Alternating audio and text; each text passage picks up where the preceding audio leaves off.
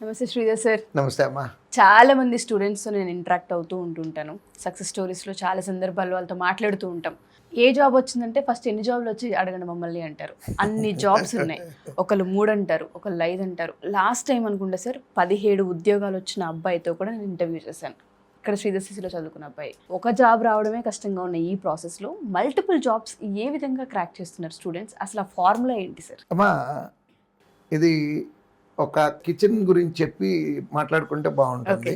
కిచెన్కి మనం ఏదైనా మెనూలో హోటల్కి వెళ్ళాము, ఒక మెనూలో తీసుకుంటే చికెన్ మంచూరియా అంటాడు, వెజ్ మంచూరియా అంటారు. మంచూరియాకి ఒకటే మసాలా. అవును. ఆ మసాలా కనుక కరెక్ట్గా తయారు చేస్తే చికెన్ వేస్తే చికెన్ మంచూరియా అవుద్ది, కార్న్ వేస్తే కార్న్ మంచూరియా అవుద్ది, వెజ్ చేస్తే వెజ్ మంచూరియా అవుతుంది. ఆ ఫస్ట్ తయారు చేసిన మసాలా ఉంది చూడండి, అది మీ ప్రిపరేషన్. ఇది గనక కరెక్ట్గా ప్రిపరేషన్ జరిగిందా, దాంట్లో పిఓ వేస్తే పిఓ ఉద్యోగం వస్తుంది, క్లర్క్ వేస్తే క్లర్క్ ఉద్యోగం వస్తుంది, 6 డజన్ ఎగ్జామ్స్ రాస్తే 6 డజన్ ఉద్యోగాలు వస్తాయి. సో ఎగ్జాక్ట్గా అంటే అది డేటాబేస్ రెడీ చేసుకోవటం అమ్మ, మన ప్రిపరేషన్ అమ్మ. కరెక్ట్గా కనుక ప్రిపేర్ అయితే మల్టిపుల్ జాబ్స్ వస్తాయి. ఇదే మాట నేను క్లాస్లో ఇంట్రడక్షన్ క్లాస్ తీసుకున్నప్పుడు డే 1 చెప్తే నవ్వుకుంటారు పిల్లలు. భలేవాళ్ళు సార్ మీరు ఇట్లా. కొంతమంది అయితే చేయకూడదు పైకి వచ్చేస్తే తెలియకుండా అసంకల్పిత ప్రతీకార చర్య అంటారు చూడండి అన్నమాట. భలేవాళ్ళు సార్ ఒక ఉద్యోగం రాగానే వెళ్ళిపోతామండి, మీ దగ్గర అంతసేపు ఎందుకుంటాము అని. సో ఇప్పుడు మొన్న ఫిబ్రవరి 15వ తారీఖు నుంచి మార్చి 20వ తారీఖు లోపు 7 ఎగ్జామ్ రిజల్ట్స్ వచ్చినాయి అమ్మా. అంటే ఎగ్జామ్స్ అన్ని ఎప్పుడో ఒకసారి జరిగిపోయినాయి, రిజల్ట్స్ అన్ని ఒకసారి వస్తాయి. ఇప్పుడు ఆ ఫస్ట్ ఎగ్జామ్ బాగా రాసాం కదా అని ఆగలేం కదా, రెండోది కూడా రాస్తాం, మూడోది రాస్తాం, till we get the final job. ఏదైతే కావాలనుకున్నామో అది వచ్చే వరకు ఎగ్జామ్ ట్రై చేస్తూనే ఉంటాం. సో అలా రాసే క్రమంలో నిజంగా కనుక మీకు గరిడి తిప్పడం బాగా వస్తే ప్రతి కూర వండేయగలిగినట్టుగా, ఆ సీక్రెట్ తెలుసుకుంటే ఏ కూర కావాలంటే ఆ కూర వండేసినట్టుగా, ప్రిపరేషన్ కనుక కరెక్ట్గా జరిగిపోతే మల్టిపుల్ జాబ్స్ వచ్చేస్తాయి అమ్మా. సో ఇప్పుడు అన్నిటికన్నా కష్టతరమైనటువంటి విషయం ఏంటంటే ఈ మల్టిపుల్ జాబ్స్ వచ్చిన పిల్లలు వాట్ టు చూస్.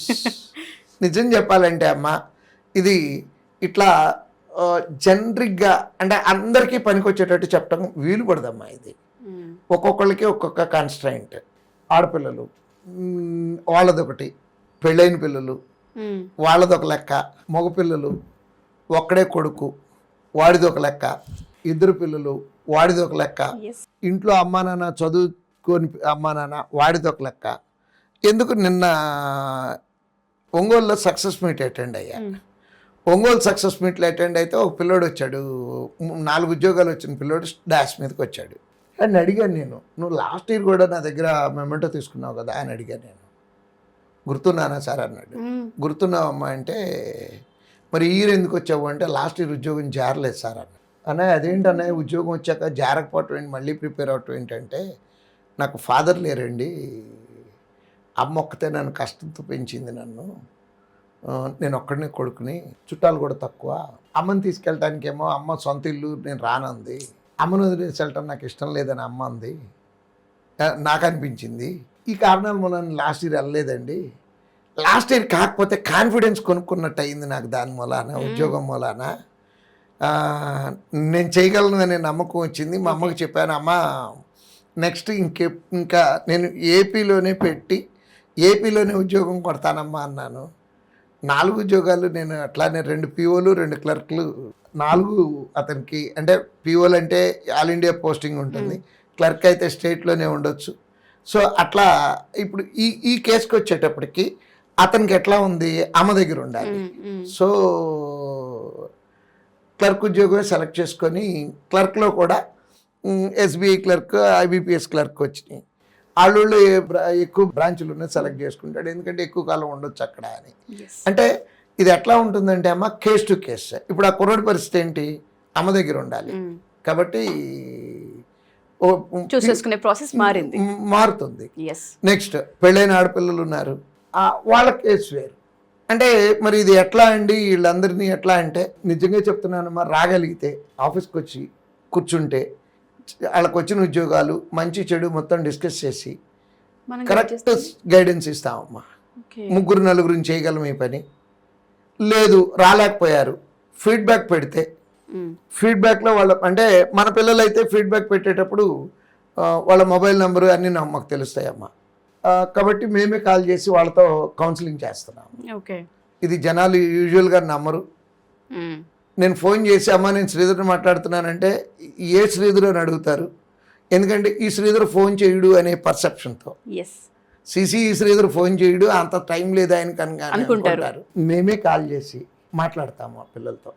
దానికి ఒక మనిషి ఉన్నాడు. ఆ మనిషి ఎట్లా అంటే ఆ కాల్ పూర్తయ్యే వరకు సార్ పలానా అమ్మాయికి ఫోన్ చేయాలండి, సార్ పలానా అమ్మాయికి ఫోన్ చేయాలండి, పలానా అబ్బాయికి ఫోన్ చేయాలండి. ఎందుకంటే అతను ఆ కేసు క్లోజ్ చేసుకోవాలి అంటే నాతో ఫోన్ చేస్తేనే అతనికి ఆ కేసు క్లోజ్ అవుతుంది. సో డెఫినెట్గా పర్సనల్గా గైడెన్స్ ఇస్తామమ్మా. ఇది జనరిక్గా అందరికీ కలిపి ఒకటే సలహా చెప్పడానికి ఉండదు. ఒక అమ్మాయికి పిఓ ఉద్యోగం వచ్చింది, క్లర్క్ ఉద్యోగం వచ్చింది, ఏపీ వదిలి వెళ్ళే పరిస్థితి లేదు, నాకు పిఓ ఉద్యోగం జారాలని ఉందండి, నాకు పోస్టింగ్ ఎక్కడ వస్తుందండి అంటది. No one can give guarantee. So అందుకని ఆ అమ్మాయికి మేము చెప్పిన సలహా ఏంటంటే 2 ప్రాసెస్లు చివరి దాకా కంటిన్యూ చేయి తల్లి.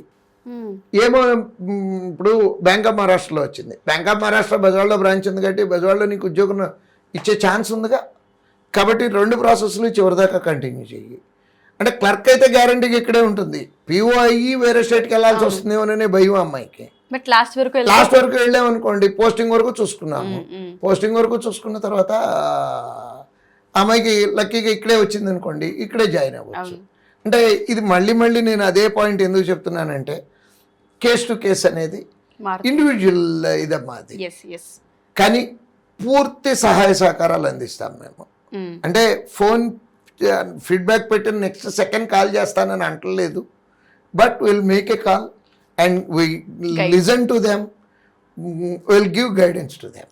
డెఫినెట్గా చేస్తామమ్మా ఇది. సో ఇక్కడ చదివే ప్రాసెసే కాదు, ఒకసారి జాబ్స్ క్రాక్ చేసిన తర్వాత దానికి తగ్గ క్లారిటీ గైడెన్స్ కూడా మన సైడ్. అమ్మా ఇంకోటి, మన పిల్లలు అవ్వాల్సిన అవసరం కూడా లేదమ్మా.